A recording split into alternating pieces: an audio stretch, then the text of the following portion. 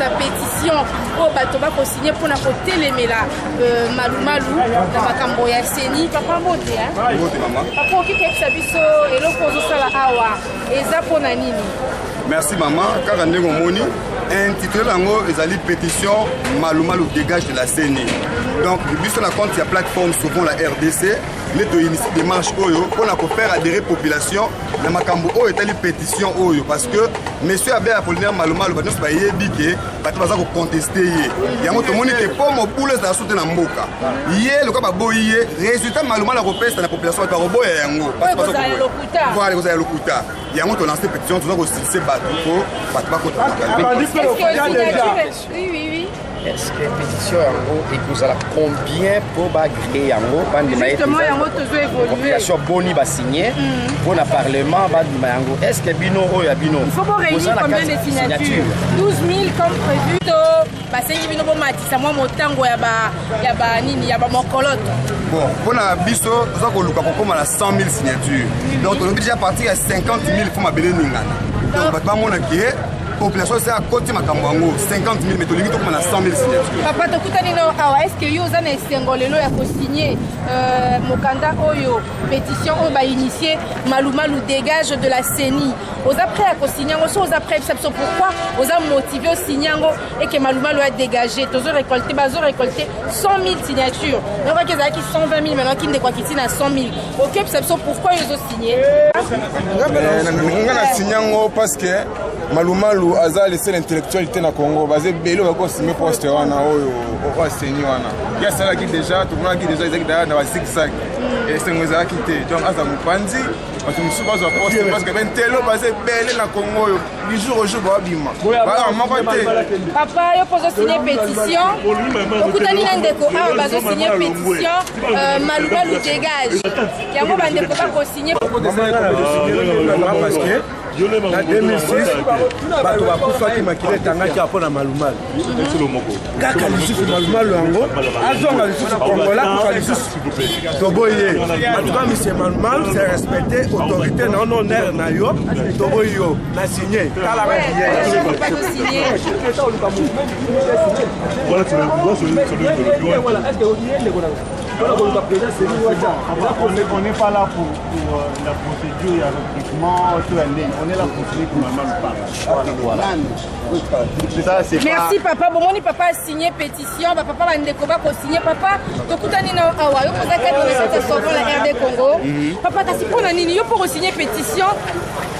nga na signé signature pétition mususu zwana nu papa loba na lobi boye pétition oyo toza ko faire signer biso bato ya fac bato sauvons la RDC na bato société civile ya RDC toza ko faire signer pétition o parce que toza ko répéter ngo Malumalu aza crédible te o comprendre to boy likambo Malumalu akosala et bimisa mobulu na mboka o comprendre na 2006 to mona ki likolo ya Malumalu nde mobulu bimaki yo aussi mona wapi ba proclamer résultat na kati ya char de combat donc yango to lingi et l'autre est se répéter sur la Congo. Malumalu aza muto abi ko respecter constitution té. Aza muto abi ko to sembe ko mboka té. Constitution oye atanga ye bien le bibo en article 197 que ba député provinciaux bazalaka élu na suffrage universel direct.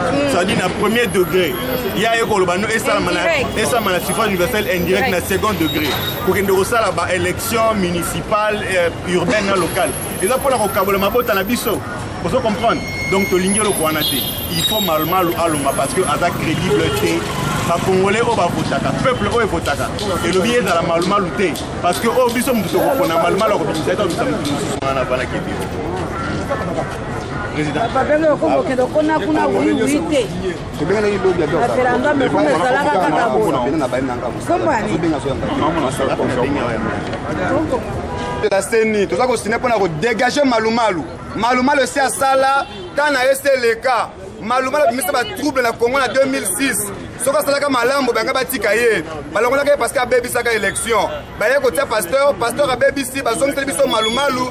C'est comme si Congo c'est bato mayele mibale malumalu na ndeko na biso pasteur Ngoyi Mulunda. Peuple congolais atelemi toboyi monsieur malumalu na motema moko yaka kosigner pétition tosimi minduki te biki na papier 100 000 signatures malumalu a dégagé. Il y a solo papa topé sur Malobongelo Banini. 100 000 signatures. Malumalu doit dégager. Parce qu'il démission immédiate. La tête y a Seni. Nebiso Congo Locale News.com. Donc, t'en as bandé qu'on a biso. Il y a 4 qui recevons la RDC. Tous autres Bibibi. Papa yo signé. Le message nous offre ça va dans les bandes Boka. La diaspora éparpillée dans le monde. Maman, mon message est simple. C'est que les élections locales ne demanderont pas beaucoup plus de moyens que ce qu'ils ont fait en 2011. Les élections peuvent être bien organisées par le ministère de l'Intérieur. Il y a des employés de l'État au niveau du quartier, des rues et jusqu'au-delà. Alors ils n'ont pas de raison d'évoquer que les élections municipales doivent se passer au second degré. Ça, c'est juste une façon de frauder. Nous n'avons pas besoin de ça. Il doit dégager. Et d'ailleurs, il sait qu'il est conseiller stratégique de celui qui l'a nommé. Ah ok, merci Marianne. Prenez les images. Ma papa Bazo signé pétition. Maman Bazo signé pétition. Soit maman Bazo signé pétition. Malumalu dégage. Tout ça, les locaux, ça, état d'âme pied. Vous voyez, hein? Papa Bazo balingi ko signé. Malumalu dégage. Bazo signé. Puis surtout ça à Moussala. Balobi conseil exact balingi était pour la 2006 élection qui t'a qui pèse na kata char de combat peuple à boy. Justement, qui dit peuple c'est qui? Mais c'est toi, c'est moi, c'est nous tous. Moi je suis pas de la vie là parce que procéder oh il y a longa mal. Bon messieurs, s'il vous plaît, s'il vous plaît, venez à notre siège à l'ECD sur l'enseignement venez, on va parler. Signer pétition, Malumalu dégage de la série, Batubalingi Malumalu Té, Aboyi, direct, on a aidé Bazoloba, Yangwana Baninga Balingi, nous sommes journalistes, au Sala Kaka Moussala Nabiso, Yango Totiki, Bandeko signé, Banamboka Batelemi, Aboyi Malumalu, la présidence Yasseni, soit Ndenge de pas signer pétition, Malumalu Ndenge pas signer.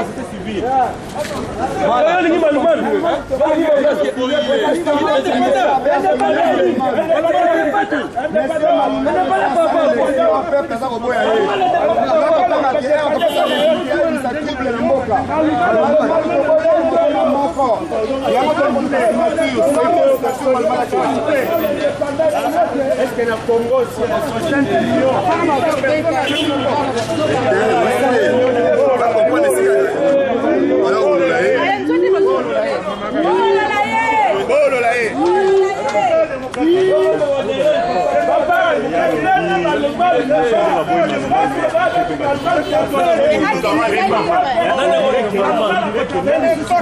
Vous jugez les choses. Malumalu à côté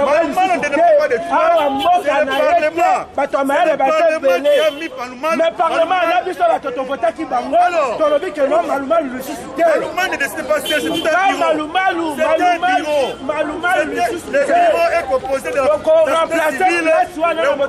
politique est maman le Malumalu quel papa s'il te plaît Malumalu toboye Malumalu là et si dans la ville là on va tomber toboye d'abord il faut pas amener vos histoires de parti politique à Malumalu. Malumalu est composé de tout le monde. Na 2006 Malumalu abomisa bato na 2006 abomisa bato na 2006 ya pasteur abomisi bato une société civile volée société civile ya Moïse société civile ya Lokuta wakanda bavoleur tobodino société civile ya Moïse topona bino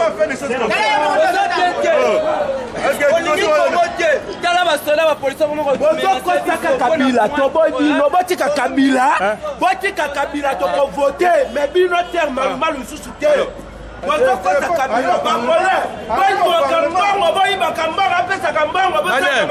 je m'inscris à faux. Malouma c'est le Parlement qui l'a mis. Le Malouma c'est tout un bureau. Le bureau composé de l'opposition, société civile et la majorité. Ce n'est pas les gens de la rue qui sont influencés par les partis politiques. C'est comme ça. Papa, vous souhaitez que Malouma reste là ou comment? Malouma il est indépendant, il est assuré par toutes les couches. Mais même l'Église catholique le conteste. Comment vous le soutenez? C'est une fois de la société civile. Est-ce que vous pensez qu'en 2006... L'Église catholique n'est pas la voie autorisée à Colombo Malouma. On est en plein... Il partit société civile. En plein centre-ville. Il y a l'Église protestante. Il y a les Kimbaris. Il y a les rebelles qui sont là. Les jeunes ont signé une pétition. Alors papa lobby, les gens marocains comme moi, Malouma lutté. Alors tout ça. Malouma les a attourés par tout. Parce qu'il est indépendant. Malouma est là pour... Il y a des pour gérer les choses de la société civile. Il veut la société civile. Mais pourquoi l'Église catholique? L'Église catholique, c'est leur opinion. Ce n'est pas une décision. En 2006, quand il y a une charte de combat, on peut s'appuyer. C'est parce que l'opposition n'a pas voulu qu'il puisse aller dire. Et vous soutenez les scrutins indirects comme lui propose? Non, c'est une proposition, ce n'est pas une décision. Ah ben non, parce que ça peut être accepté comme ça. C'est une proposition, madame. Qu'est-ce qui est mis en jeu? Non, ne perdez pas le temps avec lui. Votre prédication, ça doit être un peu léger. Il ne faut pas trop influencer les gens pour voter la pétition. Laissez Congolais librement de faire à son choix. Voilà. Continuité à signature la pétition, ils ont continué. Donc, si on a la même ligne, tu vas signer Belé. C'est quand on critique dans le terrain, quand tu as venu de l'école, les jeunes vont signer. Alors, Marianne, tu vas signer. Je vais mettre mon nom, tu vas comprendre.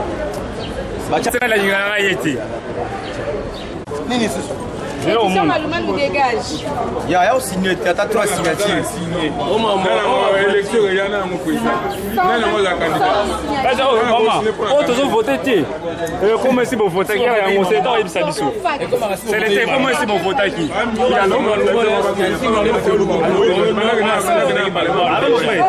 Oui, ça va, Robin.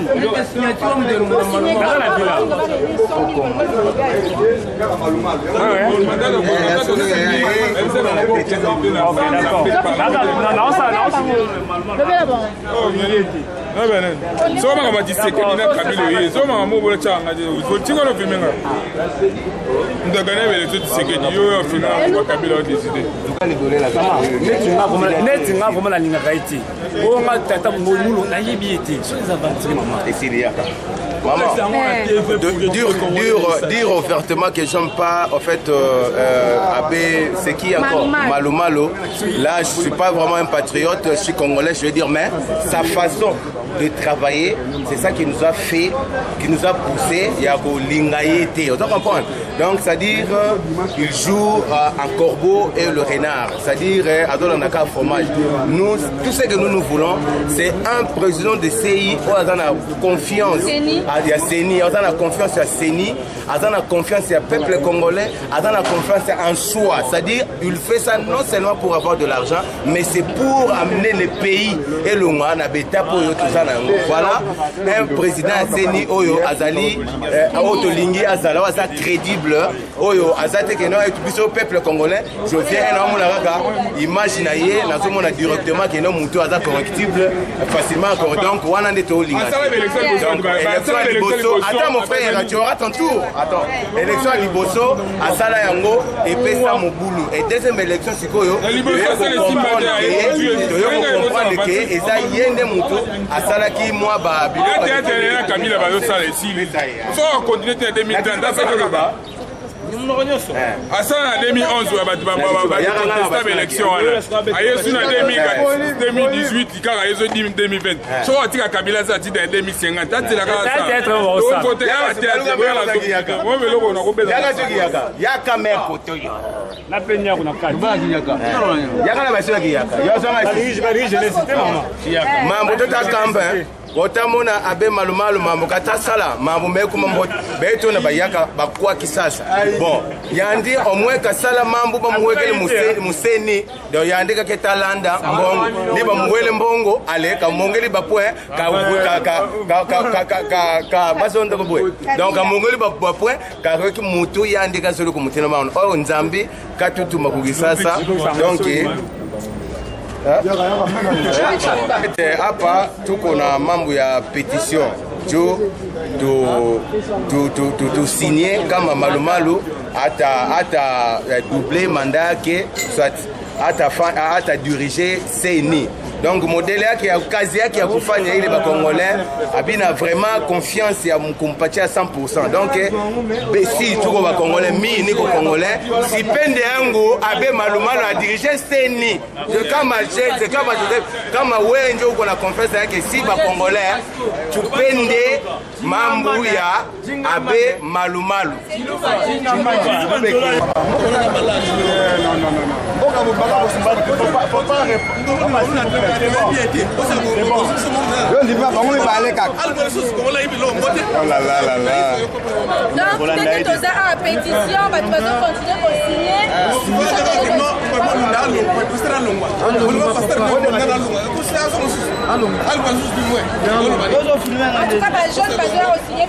Malumalu dégage, passez immédiatement l'émission il y a Apollinaire Malumalu dans la tête à CENI, Balingi était Malumalu dégage.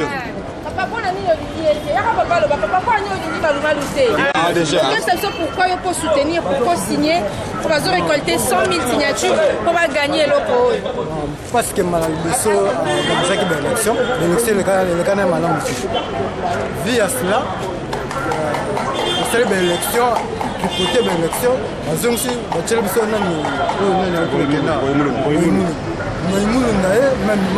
changement. Alors, nous avons aussi même l'hypothèque de l'élection. Alors, en tout cas, le Monique est vraiment à le même agenda. Et puis, il y a Sara qui a un rôle maintenant.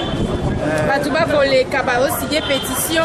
Donc, ma proposition a été comment qu'il y a retardé l'élection et de passer 2016. De préférence, à qui notamment les gens qui ont déjà un agenda caché.